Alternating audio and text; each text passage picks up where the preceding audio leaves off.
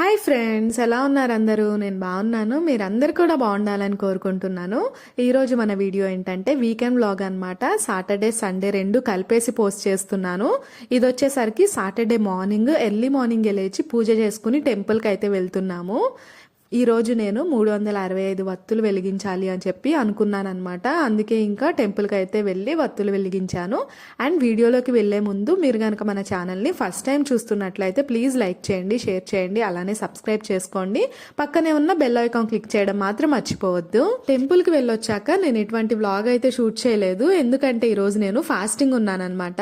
ఇంకా వంట చేసే పని లేదు. మా హస్బెండ్ కూడా ఏదో వర్క్ ఉండి బయటకు వెళ్ళారు, లంచ్కి రానన్నారు. ఇంకా ఇది డైరెక్ట్ ఈవినింగ్ అయితే రికార్డ్ చేస్తున్నాను. ఈవినింగ్ కొంచెం ఎర్లీగానే వంట అయితే స్టార్ట్ చేశాను, ఎందుకంటే ఫాస్టింగ్ ఉన్నా కదా త్వరగా తినేద్దాము అని చెప్పి స్టార్ట్ చేశాను. అయితే బెండకాయ ఫ్రై చేస్తున్నాను అనమాట. బెండకాయ ఫ్రై అంటే ఎలా అంటే మనకి పెళ్ళిళ్ళలో పెడతారు కదా బెండకాయ పకోడీ, అలానే మనకి కర్రీ పాయింట్స్లో ఎక్కువ దొరుకుతూ ఉంటుంది. బెండకాయని పకోడీ లాగా చేస్తారు కదా, అలా ఫ్రై చేస్తున్నాను. చాలా బాగుంటుంది టేస్ట్. అయితే మీరు కూడా ట్రై చేయాలనుకుంటే ట్రై చేయండి. ఇక్కడే నేను రెసిపీ అంతా చూపిస్తాను. నేను ఇక్కడ ఒక 1/2 kg వరకు బెండకాయలు తీసుకున్నాను. వాటిని నీట్గా వాష్ చేసుకుని బాగా తుడుచుకోవాలన్నమాట. జిగురు అనేది అస్సలు ఉండకూడదు, ఎందుకంటే ఇది ఫ్రై చేసుకోవడానికి మనం నూనెలో ఫ్రై చేసుకుంటాం కాబట్టి జిగురు లేకుండా చూసుకోండి. అలానే జిగురు ఉంటే ఏంటంటే మనకి పకోడీ వేసేటప్పుడు కూడా అంత బాగోదు. ఈ బెండకాయల్ని కర్రీ కోసం ఎలా కట్ చేసుకుంటామో అలానే కట్ చేసుకోవాలి, చిన్న ముక్కలుగా. నేను మా పెళ్ళైన తర్వాత ఈ రెసిపీని ఫస్ట్ టైం చేస్తున్నాను. ఇంటికి ఎవరైనా స్పెషల్ గెస్ట్లు వచ్చినప్పుడు ఇలాంటి రెసిపీస్ చేసి పెట్టండి, చాలా టేస్టీగా ఉంటాయి. ఖచ్చితంగా మిమ్మల్ని అప్రిషియేట్ చేస్తారు. ఎగ్జాంపుల్ నేను ఒకటి చెప్తాను. నేను ఇప్పుడు కర్రీ చేశాను కదా, ఈ కర్రీని మా హస్బెండ్ రాగానే అయితే పెట్టానన్నమాట. పెడితే ఆయన ఈ కర్రీని నేను బయట నుంచి ఆర్డర్ చేశానేమో అనుకున్నారు, బాగుంది అని చెప్తున్నారు. ఫాస్టింగ్ కదా, పొద్దున్నుంచి డల్గా ఉండి ఏదన్నా చేయలేదేమో, బయట నుంచి తెచ్చానేమో అనుకుంటున్నారు. ఇంకా ఈ బెండకాయలు అన్నిటినీ కూడా కట్ చేసుకుని ఇలా ఒక బౌల్లో అయితే వేసేసుకోండి. ఇప్పుడు 1 ఇంచు అల్లాన్ని పైనంతా పొట్టు తీసేసి నీట్గా చిన్న ముక్కలుగా కట్ చేసుకుని దీన్ని పేస్ట్ చేసుకోవాలన్నమాట. మిక్సీ జార్లో వేసుకుని అల్లం, పచ్చిమిర్చి, వెల్లుల్లి అయితే పేస్ట్ చేసుకోవాలి. చాలా బాగుంటుంది ఇలా పేస్ట్ వేసుకుంటే టేస్ట్. ఇది నా ఓన్ రెసిపీ అయితే కాదు, నేను ఎక్కడో చూసే నేను చేసుకుంటూ ఉంటాను. టేస్ట్ అయితే బాగుంటుంది. ఇంకా అది పేస్ట్ చేసుకుని రెడీగా పక్కనైతే పెట్టుకోండి. ఇప్పుడు ఆ బెండకాయల్లో 1.5 టీ స్పూన్ వరకు బియ్యం పిండి వేసుకోవాలి. అలానే ఇందులో శనగపిండి ఉంటుంది కదా, శనగపిండి కూడా ఒక 2 టేబుల్ స్పూన్స్ వరకు వేసుకోండి. మీకు ఇంకా కొంచెం ఎక్కువ కావాలి అనిపించినా కూడా వేసుకోవచ్చు, కానీ పూర్తిగా పకోడీలా ఉంటే బాగోదు కదా. ఒక 2 టేబుల్ స్పూన్స్ అయితే సరిపోతుంది.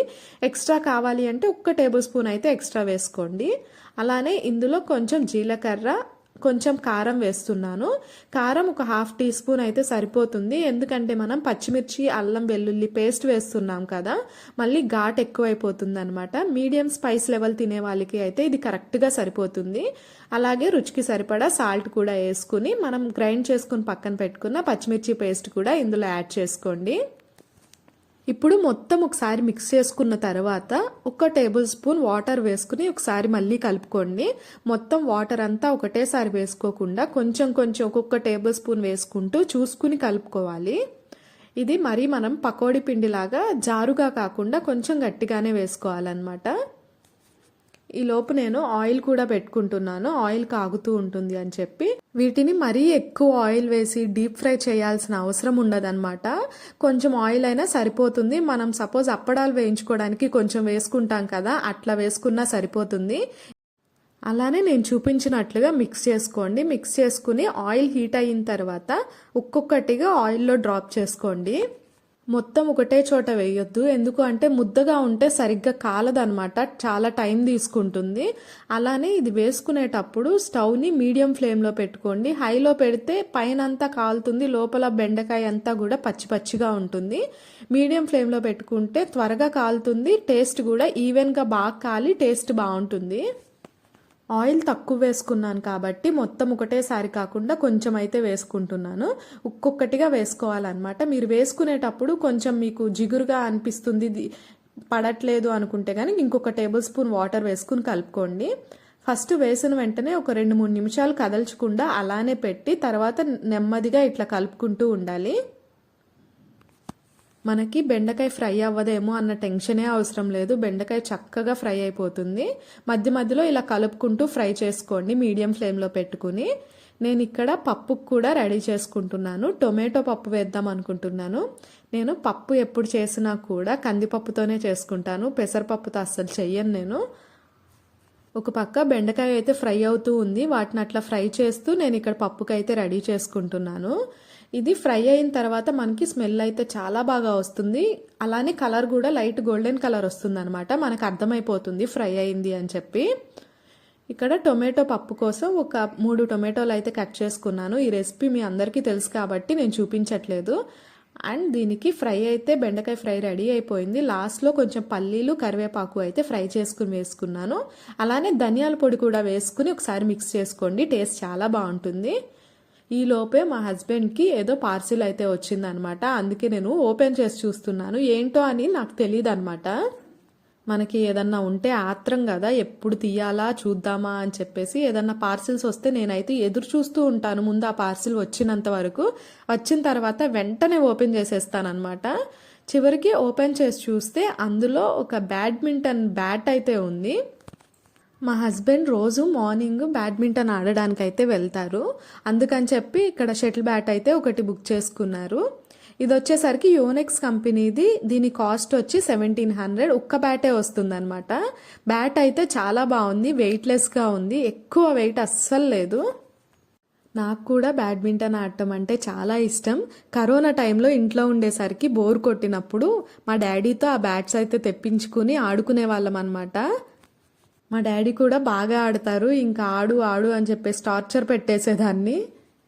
అలానే ఇంకా ఫ్రెష్ అయిపోయి మళ్ళీ పూజ చేసేసుకుని బయట గడప దగ్గర దీపాలు అయితే పెట్టేసుకుని డిన్నర్కి అయితే రెడీ అయిపోయాను. 7:30 అయిపోయిందనమాట పూజ అయ్యేసరికి.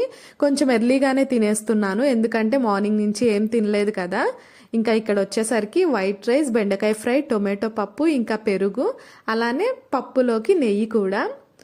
ఒక స్వీట్ కూడా తెచ్చుకున్నాను. స్వీట్ ఇంట్లో ఉందన్నమాట. ఆ స్వీట్ కూడా ఒకటి పెట్టేసుకుని డిన్నర్ అయితే స్టార్ట్ చేసేసాను. మా హస్బెండ్ బయటకు వెళ్ళారు. వచ్చేసరికి లేట్ అవుతుంది అన్నారు అని చెప్పేసి నేనైతే తినేస్తున్నాను. లేదంటే ఇద్దరం కలిసే తింటామన్నమాట రోజు. బెండకాయ ఫ్రై అయితే నిజంగా చాలా బాగుంది. అందరూ ట్రై చేయండి. ట్రై చేసి ఎలా ఉందో కామెంట్ చేయండి. ఫాస్టింగ్ ఉన్నాను కాబట్టి విస్తరాకులో పెట్టుకున్నాను. అండ్ ఒకసారి పెట్టుకుంటే లెగకూడదు అని చెప్పేసి అన్నీ కూడా కింద పెట్టుకుని ప్రశాంతంగా తింటున్నాను అనమాట. అదేంటో మార్నింగ్ నుంచి ఫాస్టింగ్ ఉండి తినాలి అంటే అస్సలు ఎక్కదు, ఆకలి కూడా వేయదు. ఇంకా వేడి వేడి రైస్ అయితే పెట్టేసుకున్నాను. పొగలు వస్తున్నాయి అనమాట నేను రైస్ పెట్టుకునేటప్పటికి. అండ్ ఇంకా పప్పులో కొంచెం నెయ్యి కూడా వేసుకుని డిన్నర్ తినడం అయితే స్టార్ట్ చేశాను. మీలో ఎంతమంది ఇలా ఫాస్టింగ్ ఉన్న రోజు ఫస్ట్ ముద్ద పక్కన పెడతారు అన్నీ కలిపేసి? నేనైతే అలా పెడతాను. ఎందుకో రీజన్ అయితే నాకు తెలీదు. అమ్మ వాళ్ళు ఇలా, అమ్మమ్మ వాళ్ళు, నాయనమ్మ వీళ్ళు అలా పెట్టడం చూసి నాకు అలా అలవాటైపోయింది అనమాట. మా మమ్మీ ఎవ్రీ థర్స్డే ఇంకా సాటర్డే ఫాస్టింగ్ ఉంటారు. ఫాస్టింగ్ రోజు ఇట్లా పక్కన పెడతారనమాట. ఇంకా అది చూసి నాకు అలవాటైంది. రీజన్ అయితే నాకు తెలీదు. ఇంకా నేను ఇక్కడ పప్పు కలుపుకుని తిన్నాను. టేస్ట్ అయితే చాలా బాగుంది. కాకపోతే కాలుతుంది, అయినా వేడి వేడిగా తిన్నాను అనమాట. పప్పుతో పాటు ఆ ఫ్రై కలుపుకుని తింటే చాలా బాగుంది. ఇంకా ఈ డిన్నర్తో నా డేని అయితే ఎండ్ చేశాను. అండ్ పడుకునే ముందు ఇట్లా ఒక షో అయితే చూశాను అనమాట. ఏంటంటే అన్స్టాపబుల్, సూర్య గారు వచ్చిన రోజుది అనమాట. అండ్ షో చాలా బాగుంది, ఫన్నీగా ఉందన్నమాట. సూర్య గారి మాటలు కానీ అన్నీ చాలా బాగున్నాయి. అండ్ ఇది ఆహాలో వస్తుంది. ఇంకా నెక్స్ట్ వచ్చేసరికి ఇది సండే రోజు మార్నింగ్ అనమాట. మార్నింగ్ బ్రేక్ఫాస్ట్ అని చెప్పి బయటికి వచ్చాము. అయితే ఒక చోట ముల్బాగుల దోశ అని చెప్పి కనిపించింది. ఎప్పటి నుంచో ముల్బాగుల దోశ ట్రై చేద్దామని చెప్పేసి అనుకుంటున్నాను. ఈ రోజు కుదిరిందిలే అని చెప్పి కనిపించింది అని చెప్పి వెళ్తే అస్సలు ఇది ముల్బాగుల దోశనే కాదు. టేస్ట్ కానీ ఏమి నాకైతే అస్సలు నచ్చలేదు. ఒకటి వచ్చేసి ప్లెయిన్ చెప్పాము, అలానే ఇంకొకటి వచ్చేసరికి గీ మసాలా చెప్పాము. టేస్ట్ అయితే అస్సలు బాగాలేదు. ఫుడ్ని బాగాలేదు అనకూడదు కానీ అస్సలు తినలేకపోయాము. నేనైతే కొంచెం అడ్జస్ట్ చేసుకుని తింటాను కానీ నేనే తినలేకపోయాను. బ్రేక్ఫాస్ట్ చేసి ఇంటికి వచ్చేటప్పుడు అయితే డీమార్ట్కి వెళ్ళి గ్రాసరీ తెచ్చుకున్నాము. అవసరమైనవి అవసరం లేనివి అన్నీ కలిపి ఇలా 3 సంచులు తెచ్చుకుని ఇంత పెద్ద బిల్ చేసి అయితే ఇంటికి వచ్చాము. డిమార్ట్కి వెళ్తే అంతే కదా, అవసరమైన వాటికన్నా అవసరం లేనివి ఎక్కువ తెచ్చుకుంటాము.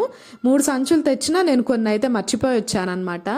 ఇంకా ఇంటికి వచ్చి పాలు పెట్టేసి మర్చిపోయాను. నేను వాయిస్ ఓవర్ ఇచ్చుకుంటున్నాను అనమాట. రూమ్లోకి వెళ్ళి డోర్ వేసుకుని మరి వాయిస్ ఓవర్ ఇచ్చుకుంటూ పాల సంగతి మర్చిపోయాను. 1/2 లీటర్ పాలు ఇలా అయిపోయిందనమాట.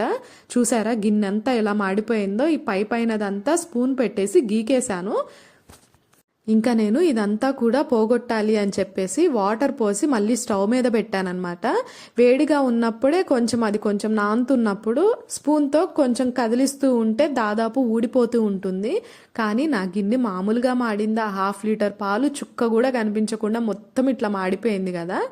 ఇప్పుడు అయినా కూడా పోవట్లేదు అని చెప్పి నేను ఇందులో కొంచెం విమ్ డ్రాప్స్ అలానే బేకింగ్ సోడా అయితే వేసేసి బాగా మిక్స్ చేసుకున్నాను. మళ్ళీ కొంచెం స్టవ్ మీద పెట్టి వేడి చేసుకుని దించేసి పక్కన పెట్టిన తర్వాతనే ఇలా గీరుకుంటున్నాను అనమాట. వచ్చేస్తుంది. చూశారు కదా లోపల ఎంత ఊడిపోయి వస్తుందో. అసలు ఎంతవరకు పోతుంది చూద్దామని చెప్పేసి ఆ నీళ్ళని అయితే పక్కన పోసేసి చూశాను అనమాట. అయితే పోతుంది కానీ కొంచెం కష్టంగా పోతుంది అనమాట. మళ్ళీ ఏం చేశాను అంటే సేమ్ ప్రాసెస్ రిపీట్ చేశాను. వాటర్ పోసి మళ్ళీ స్టవ్ మీద పెట్టాను. అలా 2-3 సార్లు చేస్తే దాదాపు పోయిందనమాట.